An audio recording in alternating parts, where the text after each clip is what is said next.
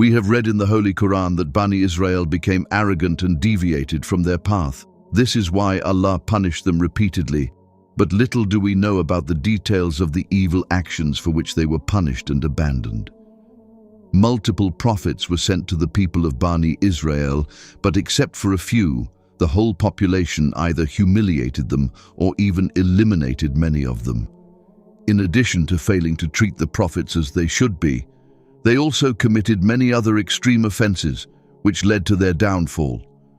The most prominent ones of them are taking 3 demons as their gods and abandoning the worship of Allah.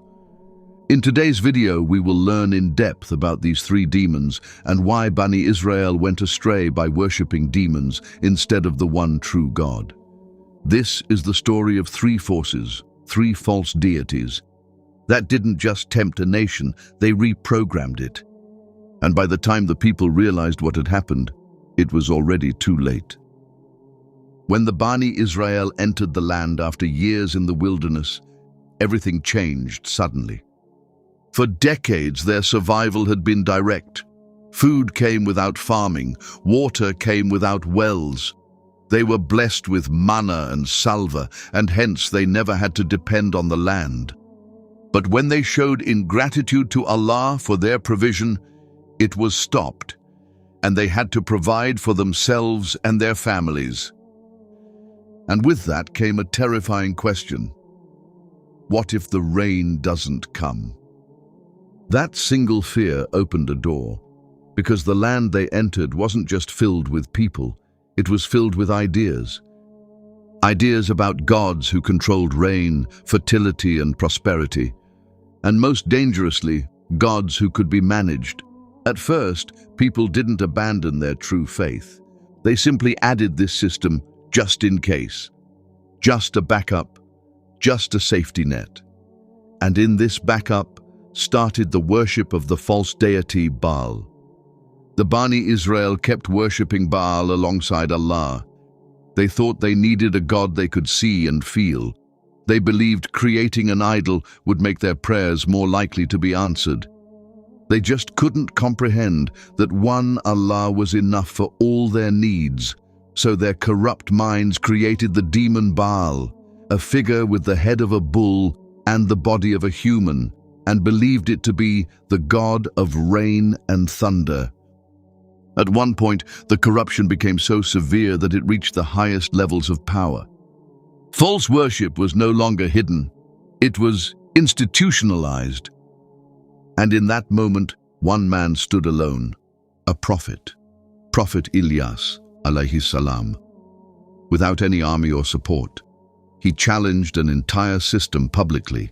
He bashed the worship of Baal openly, even when the whole Bani Israel were deeply involved in it.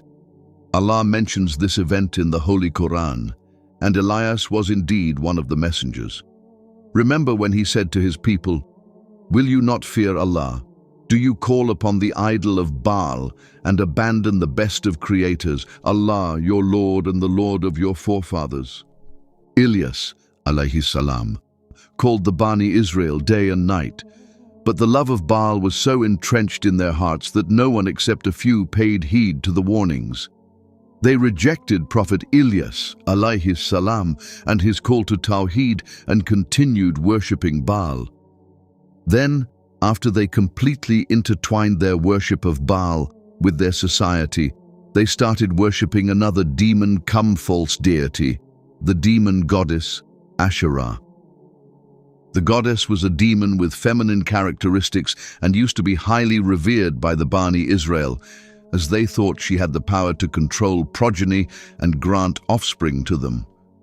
A small idol with feminine details was installed in almost every household and was present in almost every kitchen, which shows how the females of society were more entrenched in worshipping Asher than the males. Over 850 terracotta female figurines, often showing stylized nudity or pregnancy, were found in the Levant region, dating from the 8th to 7th century BC. Slowly and steadily, the love for Asher grew so much that the Bani Israelis stopped asking for progeny and fertility from Allah.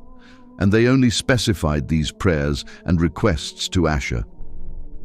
The love for Asherah soon reached such high levels that after a generation or so, Bani Israel started viewing Asherah as the wife of God. Nauzubillah. When evil flows at such huge levels, it inevitably increases to even greater heights and does not stop at the worship of only two demons, as we can all expect. Soon they added another demon to their list of gods. This time, it was the worst of all, because this one demanded sacrificing one's own offspring to keep the demon-come god happy. His name was Moloch. Moloch was a pagan deity to whom children were offered at the Jerusalem Tophet. The worship of Moloch, also known as Molech, is supposed to have involved boiling children while they were still not dead in the intestines of a large bronze figure with a man's body and bull's head. Offerings were to be reaped through fire or war, and devotees are said to still exist today. Primary evidence of child offerings in the area was revealed during archaeological excavations in the 1920s, and many items had the phrase MLK written on them. The Bani Israel used to offer the firstborn to this demon deity, thinking that in this way the remaining kids or the children to be born afterwards would be kept safe from harm. These three demon gods, Baal, Asherah and Moloch, were the ones who swayed Bani Israel from monotheism and Tawheed. This is how Satan manipulated the whole population slowly and steadily, generation after generation. Behind closed doors, there is still worship of Baal and Moloch going on. The evil practices still haven't halted even after thousands of years have passed, and this is how Satan has made the deeds of the wrongdoers pleasing to them, even when clear guidance has been sent to that region repeatedly by Allah, the Almighty. Now think carefully. If you lived in that time, surrounded by fear, pressure, and social acceptance, would you have resisted, or would you have followed, step by step, without even realizing it? May Allah save us all from the traps of Satan. Aamin.